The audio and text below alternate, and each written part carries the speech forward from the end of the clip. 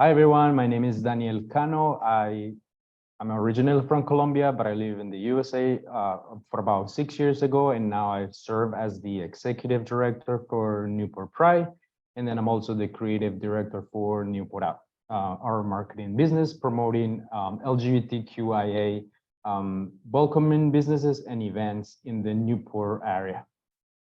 Well, thanks so much for making the time this morning. Obviously, this is Pride Month, so there's always, sometimes a token or cursory, overview of the LGBTQAI2S plus community.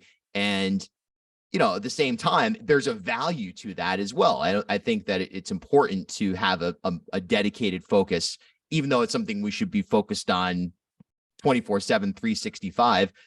Talk about some of the programming you have planned for this month. Yeah, so just so you know too, last week we just opened our new Pride Center. It's the first Pride Center in the state. There's another centers around the state, but our focus on youth. Our center is focused to the whole community. So beyond our Pride celebrations that happen in June, now we have a space that runs year round. But I'm gonna start with the fest, which is happening next weekend. So we celebrating our 6th annual Newport Pride Fest. It includes a drag cruise, a bike parade, a day-long fest with vendors, nonprofits, and a lot of performers. And then at the end of that celebration, we have a nighttime party at the parlor. It's all about making it inclusive and accessible for the community, celebrating all LGBTQIA plus identities, and from whatever you're coming from. I'm not native to this country, but I still find the value of creating that environment for whoever you are, wherever you come from. We want to celebrate that. What is Newport as a community? How has Newport been an accepting and tolerant and inclusive place to be? Or I should ask, has it been? Yeah, so that's an interesting question. So again, I moved to the USA 6 years ago. When I moved here, because of my husband, we met in Colombia. He was there studying Spanish, and we moved together to the States. We actually had our wedding in Newport. And I felt like due to that, I've experienced an amount of love and welcoming from this community. So I can say by firsthand, Newport is pretty welcoming and inclusive compared to other cities around the country and the world, because I'm coming from another country that maybe because of religion, that's not the same case.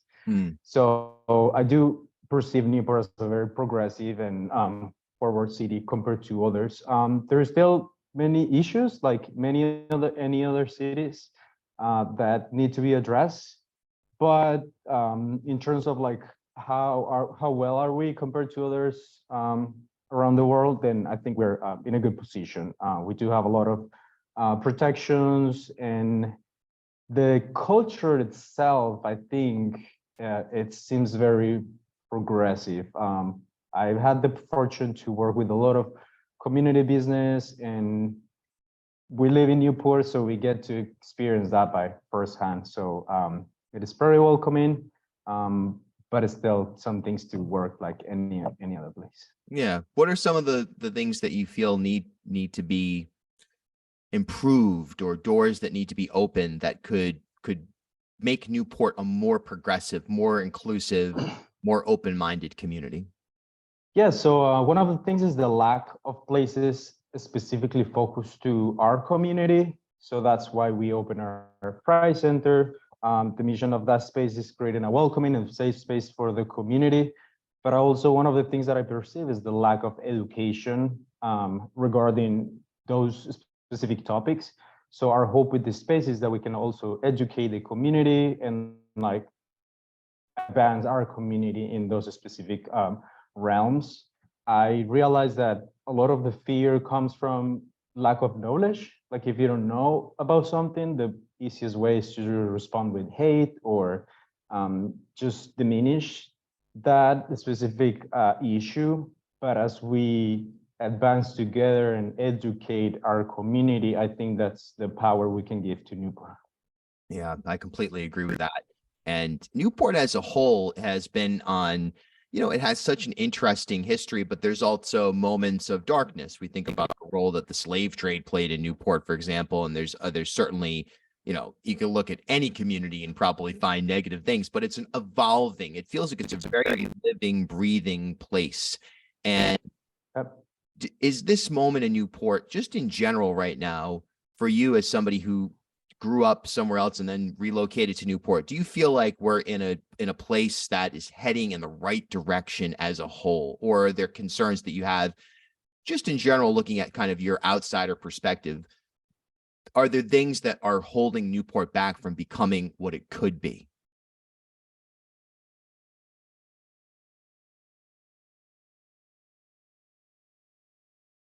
Nope, I think we might have an internet connection issue.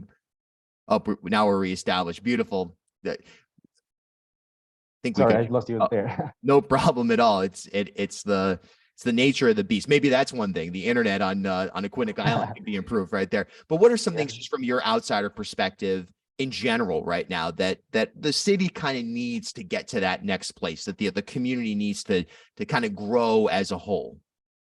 Yeah, so one of the things that I perceive is the visibility. So when I came to Newport, the conception I have about this community was just like one singular node, homogeneous white community, which I've learned that is not. Like there is just way more than we can perceive with our eyes, and then the only thing we can perceive is whatever the media fits us.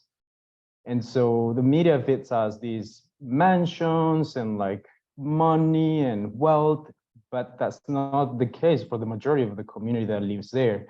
And there is also a rich Latino community or communities from other cultures. I find it to be very international because of people coming from all over the world to Newport. So I think it's just a lack of representation and diversity and visibility for those other communities. So that diversity is what makes Newport and this country great. So we should be celebrating that. Yeah, that's a really, really important and interesting point. I completely agree that the average person statewide, if you zoom out on a regional basis to Boston or New York, they hear Newport, they think mansions, they think sailing, they think affluence. And the reality is that it's a very diverse and, as you said, international type of place. And we could do more to highlight that, and we ought to do more. I think we're doing a pretty good job of that also on this Newport This Week podcast. Lynn curates, I think, some really interesting stories that are not necessarily directly from that tour guide playbook. Last couple of minutes here from your experience, and before we kind of recap some of the events that you have going on, kind of alluding to what I started with, that Pride, like many monthly celebrations, whether you're talking Black History Month, Women's History Month, whatever, sometimes the corporate sector will sort of just be like, oh, we're on board with whatever the month is, and we want to make sure we elevate that. Do you find that having a Pride Month in general does it serve as a way to inform people and for people to learn, or is it a cop-out for some people to say, yeah, this month we put up a pride flag, but they're not necessarily true to those values? Or is it a little bit of both? Definitely both. I don't know if you heard the term rainbow washing, and I do feel like a lot of corporations do that. They just use the rainbow to say, we support you, we want your money, and then after June, then that rainbow disappears. And again, that's one of the missions with this nonprofit, is to have a year-round organization. June is just the month we celebrate because of historical issues with the Stonewall and when Pride movement really started. But it's just every day. I live my Pride every day. I can only have June as my month for celebration. Again, that's the moment to say, we are here. We're celebrating our diversity too, but it's gotta stand beyond June. And I've seen actually other organizations just moving events beyond June, but also an opportunity to keep those organizations accountable. Like, do you claim that you support us, what are you doing the rest of the year?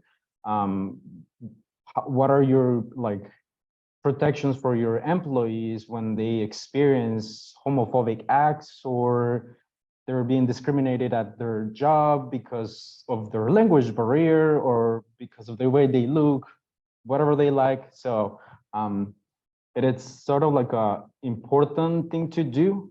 I grew up in Colombia, and I remember going to Pride celebration in Medellin, the city that I'm from, and it just gives me so much power just to see that there is a river of people that exist like me, and they can celebrate that. So it's an opportunity to showcase that visibility.